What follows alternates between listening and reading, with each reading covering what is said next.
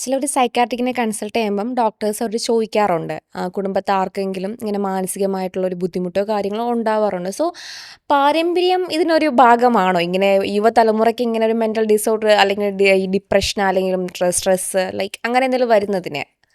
തീർച്ചയായിട്ടും നേരത്തെ പറഞ്ഞ പോലെ മൈൻഡ് ബോഡി ഡുവലിസം, മനസ്സും ശരീരവും രണ്ടാണെന്ന് നമ്മൾ കാലങ്ങളായി കേട്ടുവരുന്ന ഒരു പഴങ്കഥയുണ്ട് അല്ലേ. അതൊക്കെ പലപ്പോഴും കവിതകളിലും ഫിലോസഫിയിലൊക്കെ കൊള്ളാം. പക്ഷേ റിസർച്ച് ബേസ്ഡായി സംസാരിക്കുമ്പോൾ ഇന്ന് 2025 എത്തി നിൽക്കുമ്പോൾ നമുക്കറിയാം മനസ്സ് എവിടെയാണെന്ന് ചോദിച്ചാൽ അത് നാഡീവ്യവസ്ഥയിൽ പരന്നു കിടക്കുന്നു. പ്രത്യേകിച്ച് ബ്രെയിനാണ് മനസ്സിൻ്റെ ഉറവിടം. ബാക്കി ഓട്ടോണോമിക് സിമ്പതറ്റിക് സിസ്റ്റം വയറിലുമൊക്കെ ഈ നാഡീവ്യൂഹം ഉള്ളത് കൊണ്ടാണ് ഞാൻ പരന്നു കിടക്കുന്നു എന്ന് പറഞ്ഞ്. എന്നാലും മനസ്സിൻ്റെ ഇരിപ്പിടം എന്ന് പറയുന്നത് ബ്രെയിൻ തന്നെയാണ്. അപ്പോൾ ആ രീതിയിൽ നോക്കുകയാണെങ്കിൽ എല്ലാം ജനിതകപരമാണ് അല്ലേ. നമുക്ക് കിട്ടുന്ന മുടി, ഉയരം, ബാക്കി കാര്യങ്ങളുടെ പ്രത്യേകതകൾ, സ്വഭാവ സവിശേഷതകൾ, ഈ പറഞ്ഞ എല്ലാ ട്രെയ്റ്റ്സും ജനിതകപരമായൊരു ഇൻഫ്ലുവൻസ് ഉള്ള പോലെ തന്നെ ഡയബറ്റിസ് വരാൻ ഒരാൾക്ക് റിസ്ക് ഉള്ള പോലെ തന്നെയാണ് മാനസികമായ അസുഖങ്ങൾ. സൈക്യാട്രിക് അസുഖങ്ങളിലും ആ റിസ്ക്, സൂയിസൈഡ് ആവട്ടെ, ലഹരി ഉപയോഗം, ഇത് പലർക്കും അറിയാത്തൊരു കാര്യമാണ്. അച്ഛനും അല്ലെങ്കിൽ ബന്ധുക്കൾക്കുമൊക്കെ ലഹരി ഉപയോഗം ഉണ്ടെങ്കിൽ നല്ലൊരു പങ്ക് ലഹരി ഉപയോഗത്തിൻ്റെ ഒരു അസുഖമായി പരിണമിക്കാനുള്ള സാധ്യത അയാൾക്കുമുണ്ട്. ഈ സ്കിറ്റ്സോഫ്രീനിയ, ചിത്തഭ്രമം, വിഷാദം, ഇത്തരത്തിൽ ആങ്സൈറ്റി ഡിസോർഡേഴ്സ്, ഉത്കണ്ഠ രോഗങ്ങൾ, എല്ലാത്തിനും ഒരു ജനറ്റിക് കമ്പോണൻ്റ് ഉണ്ട് അവിടെ, ബയോളജിക്കൽ കമ്പോണൻറ്റ്. നേരത്തെ ഞാൻ പറഞ്ഞല്ലോ, ബയോ സൈക്കോ സോഷ്യൽ മോഡലാണ് എല്ലാ മാനസിക രോഗങ്ങളും. ഈ സൈക്കാട്രിസ്റ്റും സൈക്കോളജി രണ്ട് തമ്മിലുള്ള ഡിഫറൻറ്റ് എന്താണ്? സൈക്യാട്രി ഒരു മെഡിക്കൽ സയൻസിൻ്റെ ബ്രാഞ്ചാണെന്ന് പറയുമ്പോൾ തന്നെ സൈക്കോളജി നമ്മളെല്ലാം കരിക്കുലത്തിൽ നല്ലൊരു പങ്കും പഠിക്കുന്ന ഒരു കാര്യം തന്നെയാണ്. പക്ഷേ രണ്ടിനും ഒരു ക്ലിനിക്കൽ സൈക്കോളജിസ്റ്റ് ആവാനും കുറച്ച് വർഷങ്ങൾ നീണ്ട ട്രെയിനിങ് വേണം. സൈക്യാട്രി MBBSന് ശേഷം 3 വർഷം MD അല്ലെങ്കിൽ DNB കഴിഞ്ഞാണ് ഒരു സൈക്യാട്രിസ്റ്റ് ആവുന്നത്.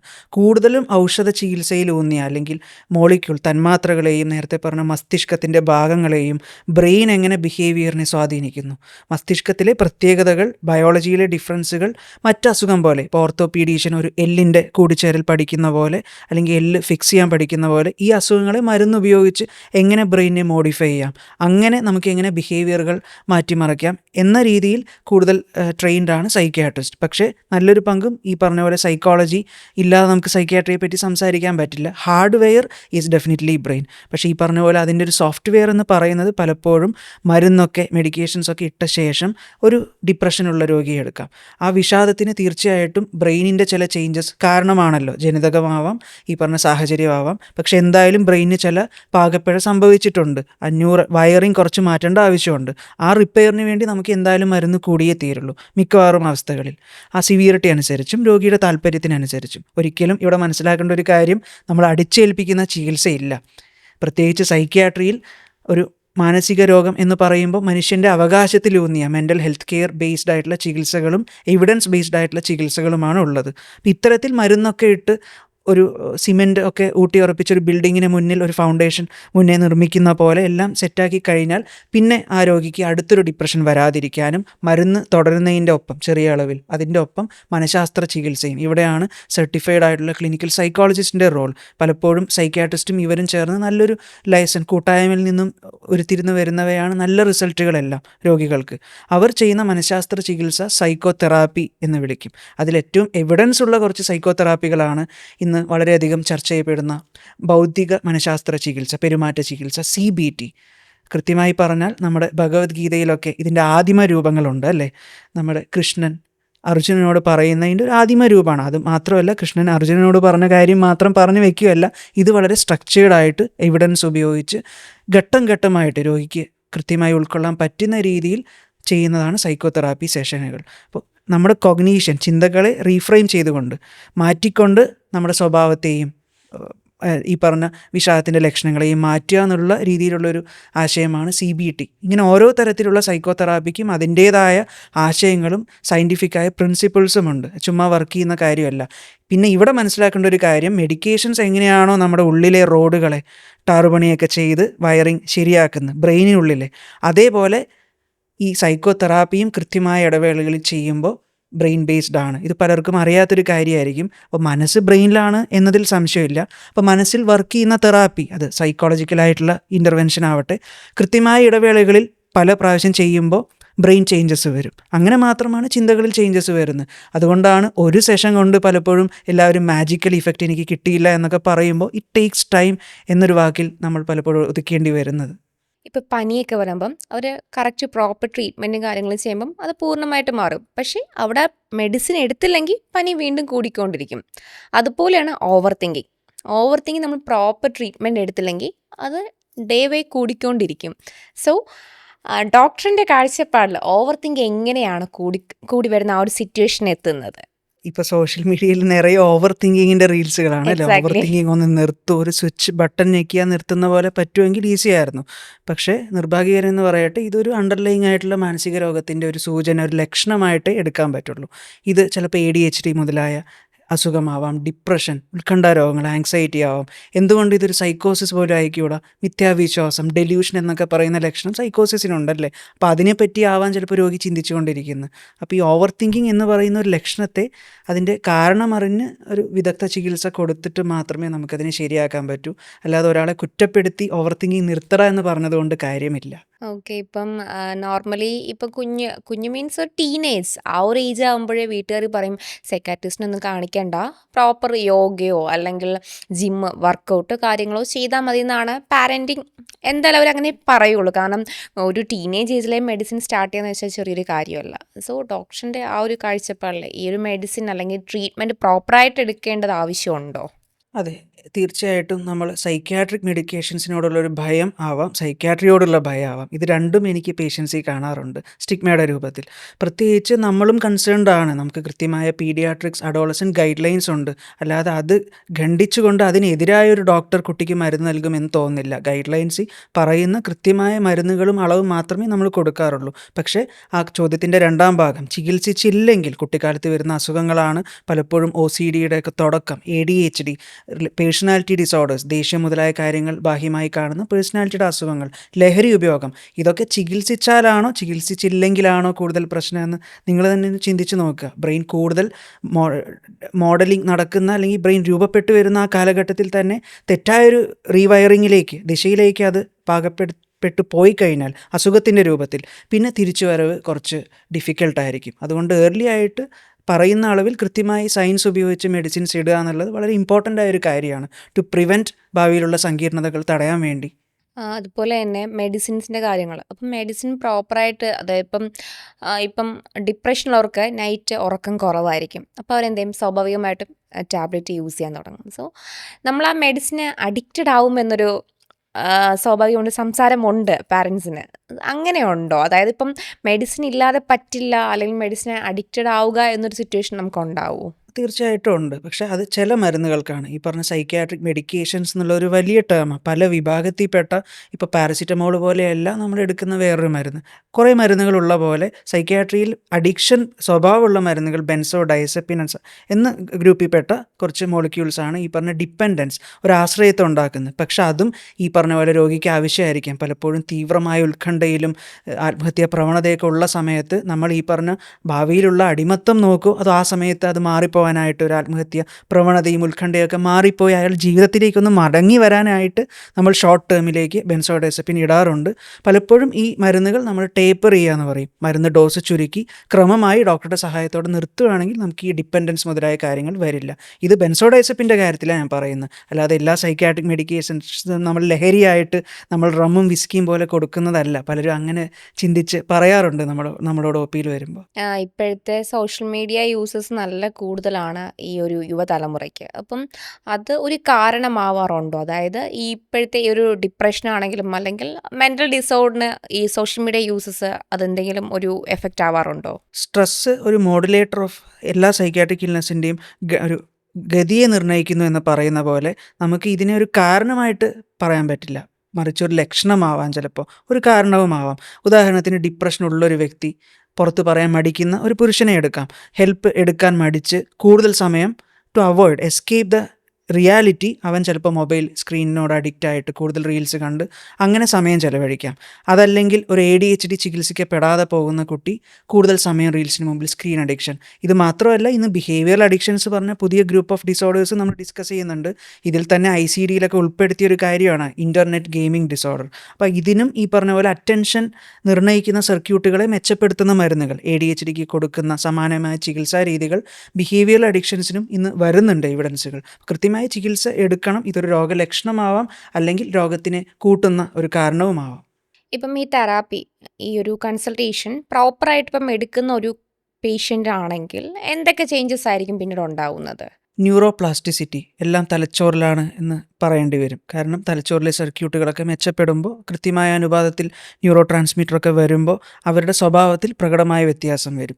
അത് നേരത്തെയുള്ള പ്രശ്നം ഉറക്കത്തിലാണെങ്കിൽ അങ്ങനെ മാറ്റം വരും. ജോലിയിലെ പ്രവൃത്തികളും ദൈനംദിന കാര്യങ്ങളിലെ പ്രവൃത്തികളിലും മാറ്റം വരും. ലോകത്തെ അവർ ഇങ്ങനെ നോക്കിക്കാണുന്നു. തന്നെ ഒരു safe within himself or herself and with others. Meaning ഫുള്ളായിട്ടുള്ള മനുഷ്യ ബന്ധങ്ങൾ രൂപീകരിക്കാൻ അവന് പലപ്പോഴും തെറാപ്പിയിലെ സേഫ് സ്പേസ് ഹെൽപ്ഫുള്ളാവും. അപ്പോൾ ഡിപ്പെൻഡിങ് ഓൺ ദ കണ്ടീഷൻ പതുക്കെ നേരത്തെ പറഞ്ഞല്ലോ, ഒരു പെട്ടെന്നുള്ളൊരു വ്യതിയാനമല്ല, ഗ്രാജുവലായിട്ടുള്ള സിനാപ്റ്റിക് പ്ലാസ്റ്റിസിറ്റി വഴിയുള്ള ചേഞ്ചസ് എന്തായാലും അവൻ്റെ സ്വഭാവത്തിൽ കാണും. ഈ ഹോസ്പിറ്റലൈസ്ഡും അല്ലെങ്കിൽ കൺസൾട്ടേഷൻ രണ്ടെണ്ണം നമുക്ക് ഒട്ടും പറ്റാതെ വരുമ്പോൾ നമ്മൾ ഹോസ്പിറ്റൽ അഡ്മിറ്റ് ആവുന്നത്, അല്ലെങ്കിൽ നമ്മൾ ഒരു പുതിയൊരു പേഷ്യൻ്റ് ആണെങ്കിൽ കൺസൾട്ടേഷൻ. അപ്പം ഈ രണ്ടും നമ്മൾ കണക്ട് ചെയ്ത് നോക്കുമ്പം ശരിക്കും ഇത് രണ്ടും എപ്പോഴാണ് ആവശ്യം വരുന്നത് ഒരു പേഷ്യൻറ്റിനെ സംബന്ധിച്ചിട്ട്? OP അടിസ്ഥാനത്തിൽ മാത്രം നമുക്ക് ചികിത്സിക്കാൻ പറ്റുന്ന, ചികിത്സിച്ചുകൊണ്ടിരിക്കുന്ന ഒത്തിരി മാനസിക അസുഖങ്ങളുണ്ട്. ലഘുവായ വിഷാദമാവട്ടെ, ഉത്കണ്ഠ രോഗങ്ങൾ, അത് ഇമ്പ്രൂവ്മെൻ്റ് ഉണ്ടെങ്കിൽ അങ്ങനെ ആവട്ടെ. പക്ഷേ IP കിടത്തി ചികിത്സ നമ്മൾ കൃത്യമായി നിർദ്ദേശിക്കുന്നത് ആത്മഹത്യാ പ്രവണതയുള്ളപ്പോൾ, അവനവന് ഹാം ചെയ്യുന്നു അല്ലെങ്കിൽ മറ്റുള്ളവരെ ഉപദ്രവിക്കുന്ന കണ്ടീഷൻ, അഗ്രഷൻ, ഇത്തരത്തിലുള്ള കണ്ടീഷൻസിലും മരുന്ന് ഇട്ടിട്ടും OP അടിസ്ഥാനത്തിൽ നമ്മൾ പലപ്പോഴും എല്ലാ ദിവസവും OPയിൽ വന്ന് കാണുന്നത് പ്രായോഗികമല്ല അല്ലേ. ഒരാഴ്ച കൂടുമ്പോഴോ 2 ആഴ്ച കൂടുമ്പോഴോ ഒക്കെ സ്പേസ് ചെയ്തിട്ടായിരിക്കും. അപ്പോൾ ഈ ഒരു കാലയളവിലെ ചികിത്സ പോരാ അദ്ദേഹത്തിന് എന്ന് വേണ്ടി വരുമ്പോൾ നമുക്ക് ദിവസവും കണ്ട് മരുന്ന് ക്രമീകരിക്കുന്ന ഒരു രൂപത്തിലേക്ക് ചികിത്സ വേണ്ടി വരും. അപ്പോഴും നമ്മൾ കിടത്തി ചികിത്സ നിർദ്ദേശിക്കും. പിന്നെ രോഗത്തിൻ്റെ കൃത്യമായ രീതികളും ഡയഗ്നോസിസ്, രോഗനിർണയത്തിലുമൊക്കെ ചില ആശങ്കകൾ, അഭിപ്രായ വ്യത്യാസങ്ങളുണ്ടെങ്കിലും OPക്ക് അപ്പുറം നമ്മളൊരു കിടത്തി ചികിത്സ നിർദ്ദേശിക്കാവുന്നതാണ്. നമ്മുടെ മെൻ്റൽ ഹെൽത്ത് ഒന്ന് സ്ട്രോങ് ആക്കണമെങ്കിൽ നമ്മുടെ ഡെയിലി റൊട്ടീനിൽ നമ്മൾ ആഡ് ചെയ്ത 3 സിമ്പിൾ ഹാബിറ്റ്സ് എന്തൊക്കെയായിരിക്കും? ബൗണ്ടറി സെറ്റിംഗ് വളരെ പ്രായോഗികമായ തലത്തിൽ ഒരു വർക്ക് ലൈഫ് ബാലൻസ് ക്രിയേറ്റ് ചെയ്യാൻ ഇന്നത്തെ ലോകത്ത് ആവശ്യമാണെന്ന് എനിക്ക് തോന്നിയിട്ടുണ്ട്. മെൻ്റൽ ഹെൽത്തിൽ പലപ്പോഴും ബൗണ്ടറി സെറ്റിങ്ങിൽ ടൈം മാനേജ്മെൻറ്റും നോ എന്ന് പറയുന്ന അസർട്ടീവ്നെസ് ട്രെയിനിങ്ങും എല്ലാം പെടും. 2 ലൈഫ് സ്റ്റൈൽ ചേഞ്ചസ്, അതിന് ഞാൻ ഒരുമിച്ച് പറയുകയാണ്. കൃത്യമായ നല്ല ഭക്ഷണങ്ങളും വ്യായാമവും അടങ്ങുന്ന, ഉറക്കത്തിൻ്റെ ഹൈജീൻ എല്ലാം അടങ്ങുന്ന ലൈഫ് സ്റ്റൈൽ ചേഞ്ചസ്, എക്സസൈസ് എല്ലാം അതിൽ വരും. 3 ഹ്യൂമൻ കണക്ഷൻസ്. ഗാഡ്ജറ്റ്സിനപ്പുറം ടെക്നോളജി ഉപയോഗിക്കും നമ്മളെല്ലാവരും. ഇപ്പോൾ ഈ പോഡ്കാസ്റ്റ് പോലും സംപ്രേഷണം ചെയ്യപ്പെടുന്നത് ടെക്നോളജിയുടെ സഹായത്താലാണ്. പക്ഷേ അതിനപ്പുറം മുഖാമുഖം ഇരുന്ന് 2 അതിൽ കൂടുതലോ മനുഷ്യരുള്ള കണക്ഷൻ, സംസാരം, കോൺവെർസേഷൻസ്, ഈ 3 കാര്യങ്ങളായിരിക്കും ഞാൻ സജസ്റ്റ് ചെയ്യുക. ഓക്കെ, ഇപ്പം ഡോക്ടർ പറഞ്ഞായിരുന്നു ഉറക്കം. ഒരു ഉറക്കം കുറയുമ്പോഴാണ് നമുക്ക് ഓരോ സ്റ്റെപ്പ് ബൈ സ്റ്റെപ്പായിട്ട് നമ്മുടെ മെൻ്റലിനെ അത് എഫക്റ്റ് ചെയ്യുന്നത്. അപ്പം അത് എന്തുമാത്രമായിരിക്കും നമ്മുടെ ബോഡീനെ റിയാക്ട് ചെയ്യുന്നത്? ഉറക്കം, നേരത്തെ സ്ക്രീൻ അഡിക്ഷനെ പറ്റി പറഞ്ഞ പോലെ, ഉറക്കം ഒരു അസുഖത്തിൻ്റെ, ഡിപ്രഷനുള്ള ആൾക്ക് ഈ പറഞ്ഞ പോലെ തലച്ചോറിലെ ചേഞ്ചസ് കാരണം അവർക്ക് ഏർലി മോർണിംഗ് തന്നെ സ്ലീപ്പ് നഷ്ടപ്പെട്ട അവസ്ഥ, 6 മണിക്ക് ഉണരുന്ന ആൾ 3-4 മണിക്ക് പുലർച്ചെ ഉണരുന്ന അവസ്ഥ, ഈ രോഗത്തിൻ്റെ ലക്ഷണമായിട്ട് വരാം, ഉത്കണ്ഠയിലും വിഷാദത്തിലുമെല്ലാം. മറിച്ച് ഈ ഉറക്കം നഷ്ടപ്പെട്ട്, ഇപ്പോൾ വർക്ക് ലൈഫ് ബാലൻസിനെ പറ്റി ചർച്ച ചെയ്യുമ്പോൾ നമ്മൾ പറയുന്നൊരു കാര്യമാണ്, 90+ അവേഴ്സൊക്കെ ഗ്ലോറിഫൈ ചെയ്ത് ഒത്തിരി ചർച്ചകൾ നമ്മൾ കണ്ടു ഈ അടുത്ത്. ഇത്തരത്തിൽ ഗ്രാജുവലി ഉറക്കം നഷ്ടപ്പെട്ട ഒരവസ്ഥയും നമ്മളെ വിഷാദം, ഉത്കണ്ഠ രോഗങ്ങളിലേക്ക് തള്ളിവിടും. അപ്പോൾ സ്ലീപ്പ് ഹൈജീൻ എന്ന് പറയുമ്പോൾ ഓരോ വ്യക്തിക്കും ഓരോ തരത്തിലാണ് ഉറക്കം വേണ്ടത്. എന്നാലും ഒരു 6-7 മണിക്കൂർ സ്വസ്ഥമായ ഉറക്കം ഉറപ്പാക്കാൻ വേണ്ട കാര്യങ്ങളൊക്കെ എടുക്കുക എന്നത് ലോങ് റണ്ണിൽ വളരെ ഇമ്പോർട്ടൻ്റ് ആണ്. ഓക്കെ, അപ്പം ഈ ഒരു കാര്യത്തിൽ ഡയറ്റ് നമുക്ക് എന്തുമാത്രം ആഡ് ചെയ്യാൻ പറ്റും? അതായത് നമ്മുടെ മെൻ്റൽ ഹെൽത്തിൻ്റെ, കാരണം ചില ഫുഡും കാര്യങ്ങളൊക്കെ ആഡ് ചെയ്ത് നമ്മളിപ്പം ഡോക്ടറിനെ കാണുമ്പോൾ ഡോക്ടറും പറയാറുണ്ട്. അപ്പം ആ ഒരു വയസ്സ് നോക്കിയാകുമ്പം എങ്ങനെയായിരിക്കും? ഫുഡ് നമ്മൾ ജനറൽ ഹെൽത്തിന് ഗുണകരമാവുന്ന എല്ലാം ഇവിടെയും സജസ്റ്റ് ചെയ്യും. പ്രത്യേകിച്ച് ഒരു ബ്രെയിൻ ഹെൽത്ത് ബൂസ്റ്റ് ചെയ്യുക എന്ന് മാത്രമല്ല, നേരത്തെ പറഞ്ഞ പോലെ മൈൻഡും ബോഡിയും രണ്ടല്ല ഒന്നാണ് എന്ന് തിരിച്ചറിയുമ്പോൾ ഡയബറ്റിസ് വരാതിരിക്കാൻ അല്ലെങ്കിൽ പൊണ്ണത്തടി ഒബിസിറ്റി വരാതിരിക്കാൻ എടുക്കുന്ന അതേ പ്രിക്കോഷൻസ് അതുതന്നെയാണ് പലപ്പോഴും ഡിമെൻഷ്യയ്ക്കും സൈക്യാട്രിക് അസുഖങ്ങൾക്കും പ്രിവെൻഷൻ എടുക്കേണ്ടത് എന്നറിയുമ്പോൾ നമ്മൾ ചിലപ്പോൾ ഞെട്ടിപ്പോകും അല്ലേ. അപ്പോൾ സെയിം ടിപ്സ് തന്നെയാണ് ജങ്ക് ഫുഡ് ഒഴിവാക്കുക, കൃത്യമായ ന്യൂട്രീഷ്യൻസ്, മൈക്രോ ന്യൂട്രിയൻസ് ആവാം, അത് മഗ്നീഷ്യം പോലെയുള്ള ബി കോംപ്ലക്സ് പോലെയുള്ള മൈക്രോ ധാതു ലവണങ്ങളെല്ലാം അടങ്ങുന്ന നമ്മുടെ സമീകൃത ആഹാരം കൂടുതൽ കഴിക്കുക, പഴവും പച്ചക്കറിയും കഴിക്കുക എന്ന ജനറൽ ഹെൽത്തിൻ്റെ ന്യൂട്രീഷണൽ ടിപ്സ് തന്നെയാണ് ഇവിടെയും നമുക്ക് പറയാൻ പറ്റുന്നത്. വർക്ക് ബേസ് നോക്കുകയാണെങ്കിൽ ആ വർക്കിൻ്റെ സ്ട്രെസ് നമ്മൾ കൂടുതലും നമ്മുടെ മെൻറ്റലിനെ എഫക്റ്റ് ചെയ്യാറുണ്ട്. അപ്പം നമ്മളിപ്പം എത്ര പ്രോപ്പറായിട്ടും നമ്മുടെ വർക്ക് ഒരിക്കലും നമ്മുടെ റിലേറ്റ് ചെയ്തെന്ന് വിചാരിച്ചാലും അത് എങ്ങനെയും കറങ്ങി തിരിഞ്ഞ് എത്താറുണ്ട്. സോ മാക്സിമം നമ്മൾ അതിൽ നിന്ന് എങ്ങനെയാണ് സ്കിപ്പ് ആവേണ്ടത്? വർക്കിൽ നിന്ന് അതെ, അത് വർക്ക് സ്ട്രെസ്സിൽ നിന്ന് ഞാൻ വിചാരിച്ചു വളരെ ചലഞ്ചിങ് ആയൊരു ക്വസ്റ്റ്യൻ. വർക്കിൽ നിന്ന് പലപ്പോഴും അവോയ്ഡൻസ്, എസ്കേപ്പിസം ഒക്കെ കണ്ടിട്ടുണ്ട്. തീർച്ചയായിട്ടും ഇവിടെ നമ്മളൊരു സ്ലോ ലീവിങ് ഇന്ന് പുതിയ തലമുറ ഒത്തിരി ചർച്ച ചെയ്യുന്ന നല്ലൊരു കാര്യമാണത്. പല രീതിയിൽ വാക്കുകളൊക്കെ നമ്മൾ ഉപയോഗിക്കും അല്ലേ, ഇക്കിഗായ്, പർപ്പസ് ഓഫ് ലൈഫ്. ഈ പല രീതിയിൽ ഉപയോഗിക്കുമെങ്കിൽ എനിക്കിതിന് ഒറ്റ കാര്യം പറയാനുള്ളൂ, നമ്മുടെ ഐഡൻറ്റിറ്റി റോൾ എന്ന് പറയുന്നത് കൺഫൈൻ ടു നമ്മുടെ വർക്ക് പ്ലേസ് അല്ല. പലപ്പോഴും ഞാൻ പോലീസുകാരനാണ്, അല്ലെങ്കിൽ ഞാൻ ആങ്കറാണ്, ഡോക്ടറാണ് എന്ന് പറയുമ്പോൾ അതിനോടൊപ്പം നമുക്ക് മൾട്ടിപ്പിൾ വേറെയും റോളുകൾ ഉണ്ടാവും. വീട്ടിൽ പോകുമ്പോൾ നമ്മളൊരു ഭർത്താവായിരിക്കാം, അല്ലെങ്കിൽ ഒരു മകനായിരിക്കാം, മകളായിരിക്കാം, ഒരു സുഹൃത്തായിരിക്കാം. ഇത്തരത്തിലൊരു മീ ടൈം, ഇതിനൊക്കെ പുറമെ നമുക്ക് സ്വയം ഇരുന്ന് നമ്മളോട് സംവദിക്കാനുള്ള ഒരു me time, journaling time, self care routines വളരെ ഇമ്പോർട്ടൻ്റ് ആണ്. ആവശ്യമെങ്കിൽ കൃത്യമായ മൈക്രോ ബ്രേക്കുകൾ. എത്രത്തോളം ഇതൊക്കെ പ്രാവർത്തികമാകും നമ്മുടെ ഒരു ഹെക്ടിക് സിസ്റ്റത്തിൽ എന്നറിയില്ല, പക്ഷേ സ്ട്രെസ് റിസർച്ചൊക്കെ സൂചിപ്പിക്കുന്നത് ഇത് അധികാരികളും എല്ലാവരും മനസ്സിലാക്കണം. കൃത്യമായി അവരുടെ എംപ്ലോയീസിന് ബ്രേക്ക് കൊടുക്കുന്നതാണ് പ്രൊഡക്ടിവിറ്റിക്ക് നല്ലത്. അപ്പോൾ മൈക്രോ ബ്രേക്സ്, മൈക്രോ റിക്കവറിയിലൂടെ ചെറിയ വ്യായാമത്തിലൂടെ ഉള്ള ഇടവേളകൾ കണ്ടെത്താനും മൈൻഡ്ഫുൾ മൂവ്മെൻറ്റ്സ് പോലെയുള്ള മൈൻഡ്ഫുൾ ആയിട്ടുള്ള കുറേ കാര്യങ്ങൾ ഇന്ന് വരുന്നുണ്ട്. അത്തരത്തിലുള്ള ടിപ്സ് നമുക്ക് സ്വായത്തമാക്കാനും കഴിഞ്ഞാൽ ഒരു പരിധിവരെ വർക്ക് ലൈഫ് ബാലൻസ് കൊണ്ടുവരാൻ പറ്റും. ഇപ്പം ഒരുപാട് ഡിപ്രഷൻ്റെ ആ ഒരു പീക്ക് സ്റ്റേജിൽ ഇരിക്കുന്ന ഒരാൾക്ക് ഫാമിലി സപ്പോർട്ട് ഉണ്ടെങ്കിൽ, ഞാൻ പറഞ്ഞു കേട്ടിട്ടുണ്ട്, ഫാമിലി സപ്പോർട്ട് ഉണ്ടെങ്കിൽ അവർക്ക് റിക്കവർ ചെയ്യാൻ ഭയങ്കര എളുപ്പമാണെന്നുള്ളത്. അല്ലെങ്കിൽ ഒരു പാർട്ട്ണർ ആണെങ്കിലും, ഇപ്പം ലൈക്ക് ഹസ്ബൻഡോ വൈഫോ വാട്ടെവർ ഏതൊരു പാർട്ട്ണർ ഉണ്ടെങ്കിലും നമുക്കതൊരു ബാക്ക് ബോൺ ആയിട്ട് ഉണ്ടാവുമെന്ന് പറയാറുണ്ട്. സോ അത് നോക്കുമ്പോൾ ഒരു ഫാമിലി സപ്പോർട്ട് വൈസ് നോക്കുകയാണെങ്കിൽ ഡോക്ടറിന് എന്താണ് അഭിപ്രായം? Family protective, supportive families R protective എന്ന് എനിക്ക് പറയേണ്ടി വരും. Similarly marriage also. നമ്മൾ സൈക്യാട്രിക് ഇൽനെസ്സിൽ ഇന്ത്യൻ സ്റ്റഡീസ് ഒക്കെ സൂചിപ്പിക്കുന്നുണ്ട്, എസ്പെഷ്യലി സ്കിറ്റ്സോഫ്രീനിയ പോലെയുള്ള, ചിത്തഭ്രമം പോലെയുള്ള അസുഖങ്ങളിൽ, തീവ്രമായ മനോരോഗങ്ങളിൽ ഒരു ഫാമിലി സപ്പോർട്ട്, മാരേജ് ഒരു പ്രൊട്ടക്റ്റീവ് ഫാക്ടറാണ്. പക്ഷേ ഫാമിലി സ്ട്രെസ് എന്ന് പറയുന്ന ഒരു കാര്യം കൂടെ ഉണ്ട്. പലപ്പോഴും ട്രോമയുടെയും സ്ട്രെസ്സിൻ്റെയും ഒക്കെ ഉറവിടം എന്ന് പറയുന്നത് അയാൾ ഉള്ള ഫാമിലി തന്നെ ആയിരിക്കും. വേലി തന്നെ വിളവ് തിന്നുക എന്നൊക്കെ പറയുന്ന പോലെ. അപ്പോൾ നമുക്ക് ഒരു വൈഡായിട്ടുള്ളൊരു സോഷ്യൽ നെറ്റ്വർക്കിംഗ് ആവശ്യമാണ്. ഓരോ ഫാമിലിയും ഒറ്റ തുരുത്തുകളായി മാറുന്ന ഒരു അവസ്ഥ ഒഴിവാക്കണം. കണക്റ്റഡ്നെസ് വേണം. പിന്നെ ഈ പറഞ്ഞ വിത്തിൻ ദ ഫാമിലിയിൽ എത്രത്തോളം ഇമ്പോർട്ടൻ്റ് ആണെന്നുള്ളതാണ് അല്ലേ. ഹൈ എക്സ്പ്രസ്ഡ് ഇമോഷൻസ്, ഉയർന്ന പ്രകടിത വികാരങ്ങൾ എന്ന് പറയുന്നൊരു സംഭവമുണ്ട്. മാനസിക അസുഖമുള്ള ഒരു രോഗിയോട് ഒരു ക്രിട്ടിസിസം, അവരോടൊരു അവജ്ഞ, പുച്ഛം അഥവാ ശത്രുതാ മനോഭാവം, ഇത്തരത്തിലുള്ളൊരു വികാരങ്ങൾ പ്രകടിപ്പിക്കുന്ന രീതിയാണ് നമ്മൾ സൈക്കോളജിയിൽ ഹൈ എക്സ്പ്രസ്ഡ് ഇമോഷൻസ് എന്ന് പറയുന്നത്. ഇതും കൂടിയ അളവിൽ ഉള്ളത് രോഗിയുടെ റിക്കവറിക്ക് തന്നെ ദോഷകരമായി ബാധിക്കുമെന്ന് നമ്മൾ എല്ലായ്പ്പോഴും ഈ ഫാമിലി മെമ്പേഴ്സിനോട് പറഞ്ഞ് മനസ്സിലാക്കുന്ന ഒരു കാര്യമാണ്. തീർച്ചയായിട്ടും ഇമ്പോർട്ടൻ്റ് ആണ് ഫാമിലി സപ്പോർട്ട്. ഇപ്പം ടോക്സിക് റിലേഷൻഷിപ്പ്, അപ്പം ആ ഒരു നമ്മൾ റിലേഷൻ നോക്കുകയാണ്, നമ്മുടെ മെൻ്റൽ ഹെൽത്തിനെ എന്തുമാത്രം അത് എഫക്റ്റ് ചെയ്യാറുണ്ട്? ആരോ പറഞ്ഞു കേട്ടിട്ടുണ്ട്, നമ്മുടെ ഒരു quality of human being is defined by the quality of his relationship. വേറെ രീതിയിൽ പറഞ്ഞാൽ ചങ്ങാതി നന്നായാൽ കണ്ണാടി വേണ്ട. ചങ്ങാതി whoever it is, spouse or partner. തീർച്ചയായിട്ടും ഒരു മനുഷ്യന് കണക്ഷൻസ് ഒന്നുമില്ലാതെ ജീവിക്കുന്നതും മെൻ്റൽ ഹെൽത്തിന് ദോഷകരമായി ബാധിക്കും എന്ന് നമ്മൾ സംസാരിച്ചു, especially വിഷാദത്തിലൊക്കെ.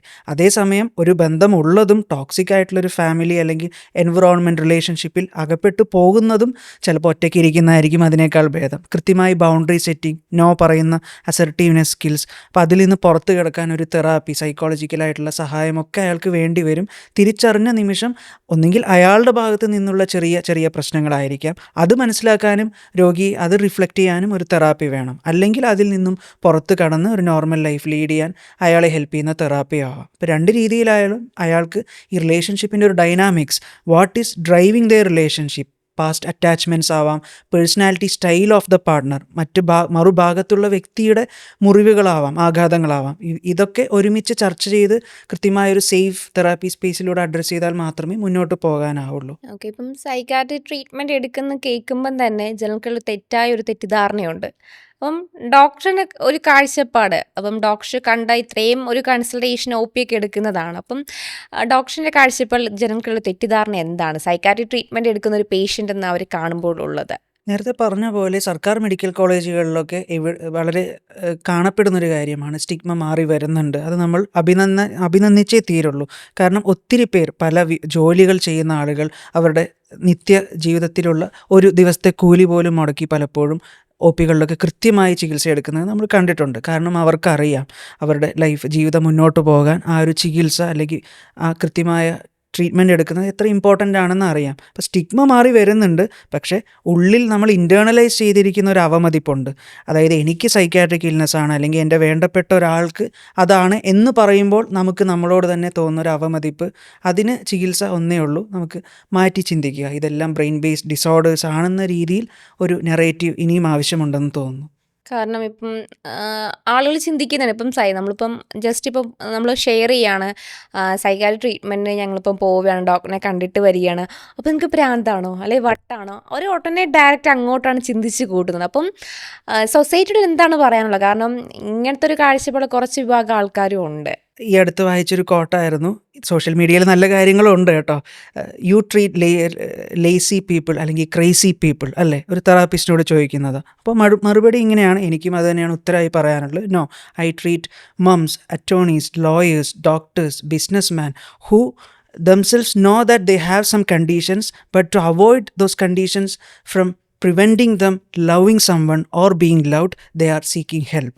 They are the most inspirational people I have met. അപ്പോൾ എനിക്കും ഉത്തരമായിട്ട് അതേ പറയാനുള്ളൂ. ഇവിടെ കൂടുതൽ പ്രശ്നമുള്ളവർ പലപ്പോഴും കാണപ്പെടുന്നത് OPകൾക്കും വാർഡുകൾക്കും പുറത്താണെന്ന് എനിക്ക് തോന്നാറുണ്ട്. ഓൺ എ ലൈറ്റർ നോട്ട്, ചികിത്സ എടുക്കുന്നവർ ശരിക്കും മെച്ചപ്പെട്ടൊരവസ്ഥയിലാണ്. അവർക്ക് പലപ്പോഴും ചികിത്സ എടുക്കുന്നൊരു വിഷാദം ആത്മഹത്യ ആവാനുള്ളൊരു സാധ്യത കുറവാണ്, ഗുരുതരമായ കോംപ്ലിക്കേഷൻസ് കുറവാണ്. കൂടെ ഉള്ളവർക്കും പലപ്പോഴും നല്ല ജീവിതം സാധ്യമാവണമെങ്കിൽ ചികിത്സ എടുക്കേണ്ടയാൾ എടുത്തേ തീരുള്ളൂ. അപ്പോൾ എല്ലാ രീതിയിലും ഗുണമാണ് ആ ഫാമിലി ശരിക്കും അനുഭവിക്കുന്നത്. നോക്കി നിൽക്കുന്നവർക്കാണ് ദണ്ണം, ബുദ്ധിമുട്ട്. ഇപ്പം ടീനേജേഴ്സിലാണ് കൂടുതലും ഡിപ്രഷനും ആങ്സൈറ്റി ആ ഒരു ഡിസോർഡർ കൂടി വരുന്നത്. സോ എന്തുകൊണ്ടാണ് അങ്ങനെയുള്ളവർ കൂടാനുള്ള ഒരു ചാൻസ്? രണ്ട് രീതിയിൽ ഇതിനെ വ്യാഖ്യാനിക്കാം. ഒന്ന്, അവെയർനെസ്സും ഇതിനെ പറ്റിയുള്ളൊരു സാക്ഷരത, മെൻ്റൽ ഹെൽത്ത് ലിറ്ററസി കൂടി വരുന്നത് കൊണ്ട് കൂടുതൽ പാരൻസും or teenagers themselves are willing to take treatment. Diagnosis റേറ്റും കൂടി, അവെയർനെസ് കൂടി. രണ്ട്, റിസ്ക് ഫാക്ടേഴ്സ്, ഇതിൻ്റെ സാധ്യതാ ഘടകങ്ങൾ കൂടി. ആങ്ഷ്യസ് ജനറേഷൻ പോലെയുള്ള ജോനാഥൻ ഹേഡിറ്റ് എഴുതിയൊരു പുസ്തകമുണ്ട്. ടെക്നോളജി മുതലായ കാര്യങ്ങൾ, ഡിജിറ്റൽ നോയ്സ് എങ്ങനെ ഇവരുടെ ബ്രെയിനുകളെ മാറ്റിമറിച്ചു. അപ്പോൾ പ്രൊട്ടക്റ്റീവായിട്ടുള്ള സംരക്ഷിക്കാനുള്ള ഘടകങ്ങൾ കുറയുകയും ഈ മാനസികമായ അസുഖത്തിൻ്റെ വിത്തുകൾ കൂടുകയും ചെയ്തപ്പോൾ സ്വാഭാവികമായും അബ്സല്യൂട്ടായിട്ടൊരു കൂടലുണ്ട്, വർധനവുണ്ട്. മാത്രമല്ല ഇൻക്രീസ്ഡായ അവെയർനെസ്സും അതിലേക്ക് കോൺട്രിബ്യൂട്ട് ചെയ്യുന്നുണ്ട്.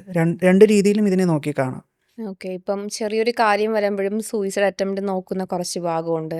അതുപോലെ തന്നെ ഒരു നല്ലൊരു റിലേഷൻ പോയിട്ട് അത് ബ്രേക്ക് ആകുമ്പം അതിനും സൂയിസൈഡ് നോക്കുന്ന കുറേ യുവതലമുറകളുണ്ട്. അപ്പം അവർക്ക് കൊടുക്കാൻ പറ്റിയൊരു നല്ലൊരു മെസ്സേജ് എന്തായിരിക്കും? എല്ലാ ബിഹേവിയേഴ്സിൻ്റെയും സ്വഭാവ രീതികളുടെയും ഉറവിടം തലച്ചോറാണ്. ഇപ്പം ഇതിൻ്റെ പ്രത്യേകത നോക്കുകയാണെങ്കിൽ അത്ര സിമ്പിളായൊരു വിഷയമല്ല ആത്മഹത്യ എന്ന് പറയുന്നത്. പല കാരണങ്ങളും ചേർന്നൊരു കോംപ്ലക്സ് ആയൊരു ഫിനോമിനയാണ്. നമ്മൾ പത്രവാർത്തയിൽ വായിക്കുന്ന പോലെ ഇതുകൊണ്ട്, വഴക്ക് പറഞ്ഞതുകൊണ്ട് സൂയിസൈഡ് ചെയ്തു എന്ന് പറയുമ്പോൾ അതൊരു ട്രിഗറാണ്. അണ്ടർലൈങ് ആയിട്ട് അവിടെ ഒരു സാധ്യത ഘടകം ഒത്തിരി ഉണ്ടാവും. പ്രൊട്ടക്റ്റീവ് ഫാക്ടേഴ്സ് വർദ്ധിപ്പിക്കുക, ഈ പറഞ്ഞ ഹ്യൂമൻ കണക്ഷൻസ്, വ്യക്തിപരമായ ക്വാളിറ്റിയുള്ള ബന്ധങ്ങൾ, സുഹൃത്ത് ബന്ധങ്ങൾ, ഹെൽപ്പ് സീക്കിംഗ് ബിഹേവിയർ ഏറ്റവും പ്രാധാന്യം അർഹിക്കുന്നത് ഒരുപക്ഷെ അതാണെന്ന് തോന്നുന്നു. ടീച്ചേഴ്സും അത്തരത്തിലുള്ള അതോറിറ്റീസും അടങ്ങുന്നൊരു സമൂഹവും ഇതൊരു കുട്ടിക്കളിയായി നോക്കിക്കാണാതെ, തീർച്ചയായിട്ടും കോപ്പിംഗ് സ്കിൽസ് അവർക്ക് കുറഞ്ഞത് കൊണ്ടായിരിക്കാം, പക്ഷേ അത് അവരെ മാത്രം ബ്ലെയിം ചെയ്തിട്ട് ഇനി കാര്യമില്ല. നമുക്ക് സൊല്യൂഷൻസ് ആണ് വേണ്ടത്. അപ്പോൾ മാനസികമായ ഇമ്മ്യൂണിറ്റി കുറഞ്ഞൊരു സമൂഹത്തെ നമുക്ക് എങ്ങനെ ഉയർത്തിക്കൊണ്ടുവരാം? ടെക്നോളജി നമുക്ക് ലിമിറ്റ് ചെയ്തുകൊണ്ടും പല വെൽനസ് പ്രൊമോഷൻ കൊണ്ടും സാധ്യമാണ് ആ ഒരു ആംഗിളിൽ ചിന്തിക്കുകയാണെങ്കിൽ. മറിച്ച് ഓൾറെഡി രോഗത്തിലോട്ട് പോയവരെ ആത്മഹത്യ എന്നൊക്കെ പറയുമ്പോൾ അതൊരു പ്രശ്നമായിട്ട് തന്നെയാണ് നമ്മൾ കണക്കാക്കുന്നത്. അവർക്ക് ഒരു പ്രൊഫഷണൽ ഹെൽപ്പാണ് വേണ്ടത്. കൂടുതൽ വെയിറ്റ് ചെയ്യാതെ, ഡിലേ ചെയ്യാതെ, എത്രയും പെട്ടെന്ന് സ്റ്റിഗ്മയൊന്നും നോക്കാതെയുള്ള പ്രൊഫഷണൽ ഹെൽപ്പാണ് അവർക്ക് വേണ്ടത്.